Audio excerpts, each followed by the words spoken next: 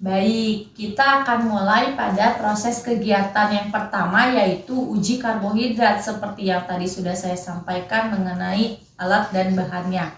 Untuk cara kerjanya adalah tentunya sudah dipersiapkan bahan makanan ini.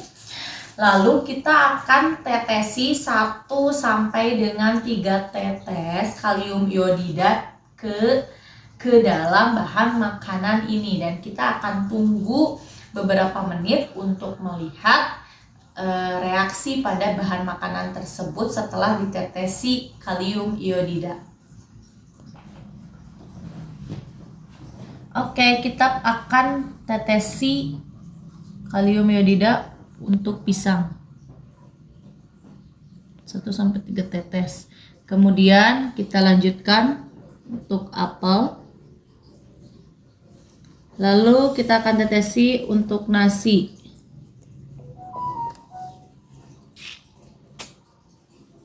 Kemudian putih telur. Lalu tahu putih,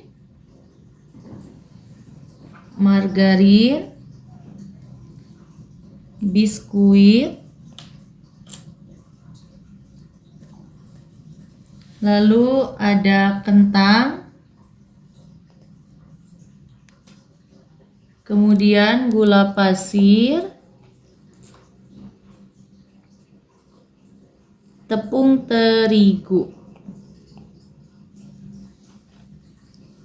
Kita akan tunggu beberapa menit untuk melihat reaksi dari bahan makanan ini.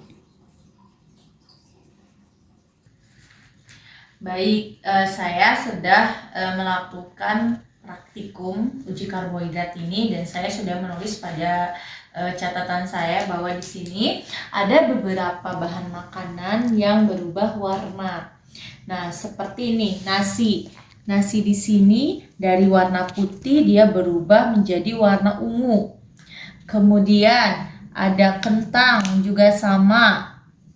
Lalu tepung terigu, biskuit, dan juga di sini pisang. Pisang ini ungu, tapi ungunya agak sedikit pudar. Dan sementara untuk gula pasir, margarin, tahu putih, putih telur, dan juga apel di sini warnanya setelah diberikan kandungan larutan tersebut menjadi warna kuning. Nah, dari sini kita bisa mengetahui bahwa beberapa bahan makanan seperti nasi, kentang, biskuit, pisang, tepung terigu itu setelah diberikan tetesan larutan kalium iodida, bahan makanan tersebut berubah warna, artinya bahan makanan tersebut mengandung karbohidrat. Untuk apel juga sebetulnya dia mengandung karbohidrat, tetapi ketika diberi tetesan kalium iodida dia tidak berubah warna, dia hanya berubah warna menjadi kuning pekat. Nah, mungkin ini untuk kegiatan uji karbohidrat. Nanti saya akan berikan penjelasannya di lembar pengamatan yang sudah disediakan. Baik, untuk selanjutnya kita akan melakukan kegiatan percobaan yang kedua, yaitu tentang uji lemak. Tujuannya seperti yang sudah dijelaskan sebelumnya, mengidentifikasi berbagai bahan makanan yang mengandung lemak. Nah, kali ini seperti yang sudah ada di depan saya, alat dan bahannya yaitu piring plastik sebagai wadah untuk. Di sini ada wortel, ada kemiri, ada kacang tanah, ada seledri, biji jagung kering, ada pepaya, ada margarin, ada lilin, ada minyak kelapa, ada air putih, susu, santan, sendok, pipet 2 buah, dan kertas sampul buku kurang lebih 10 x 10 cm, center, dan juga tentunya alat tulis untuk mencatat hasil dari kegiatan praktikum ini. Baik, Untuk cara kerjanya, proses kegiatannya, kita siapkan terlebih dahulu 2 buah kertas sampul buku yang telah dipotong-potong dengan ukuran 10 kali 10 cm. Kemudian kita siapkan pipet, 2 pipet ini. Lalu kita akan teteskan di atas salah satu kertas coklat ini. Yang pertama kita teteskan air terlebih dahulu.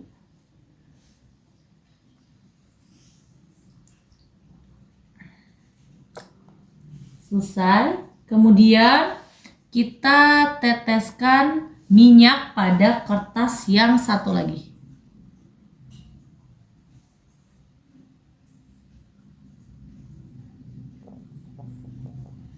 Kita akan diamkan selama 10 menit. Sesudah itu kita akan lihat keduanya dengan disimpan dulu menghadap ke cahaya. Nanti kita akan mengamati manakah kertas yang masih meninggalkan bekas.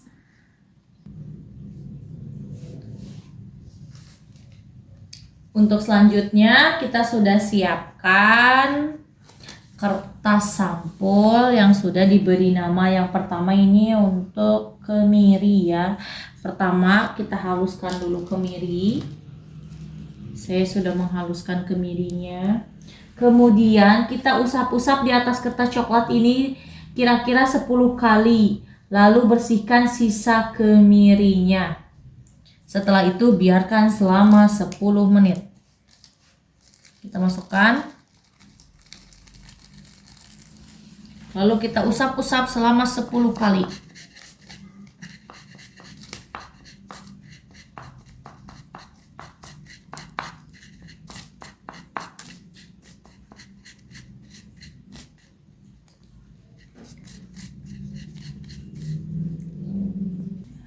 Baik, yang tadi kemiri sudah dibersihkan, kita tunggu selama 10 menit.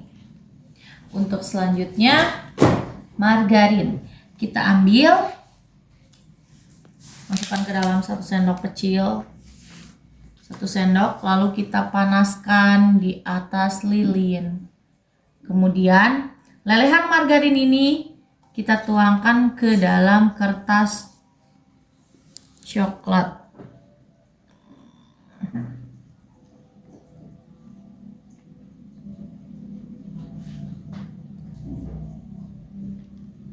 Kita tunggu selama 10 menit kembali.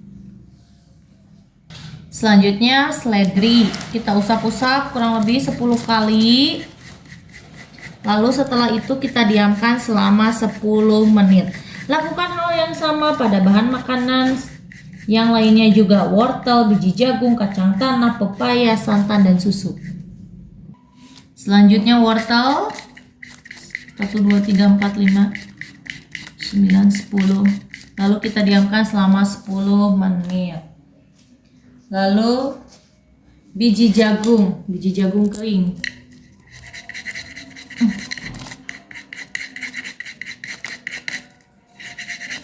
Tampak tidak ada reaksi ya. Kita simpan. Lalu kita mulai lagi untuk kacang tanah. Kita usap-usap selama 10 menit. 10 kali. Lalu didiamkan selama 10 menit. Selanjutnya pepaya kita oleskan lagi 10 kali. 1, 2, 3, 4, 7, 8. Diamkan. Kemudian santan. Kita gunakan pipet. Selanjutnya santan ini yang telah dimasukkan kepada pipet.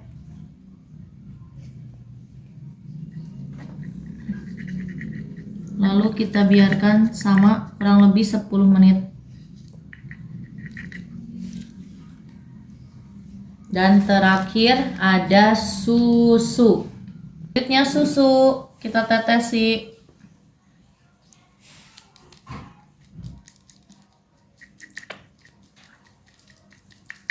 Nah, setelah semuanya ini, semua bahan-bahannya tersebut, lalu kita diamkan selama 10 menit dan kita akan mengetahui hasil dari uji lemak ini. Baik, setelah 10 menit tadi saya sudah memisahkan yang terlihat bahan makanan yang sekiranya mengandung lemak. Nah, caranya adalah dengan memberikan atau senter ini kita gunakan untuk menerangi kertas ini. Di sini bisa terlihat pada kemiri, dalam kertas sampulnya dia terdapat bekas noda minyak. Artinya kemiri ini mengandung lemak. Kemudian pada kacang tanah juga sama. Margarin, kemudian ada santan, minyak apalagi. Nah, untuk susu ini karena saya menggunakan susu kental manis, jadi di sini juga dia mengandung lemak, tapi mungkin lemak yang adanya di sini sedikit. Nah, ini adalah berbagai bahan makanan yang mengandung lemak. Sedangkan bahan makanan yang sisanya berupa pepaya, wortel, biji jagung, seledri, dan air. Setelah kita terawang menggunakan senter, di sini tidak ada bekas noda minyak di kertas sampulnya. Artinya kelima bahan makanan ini tidak mengandung lemak.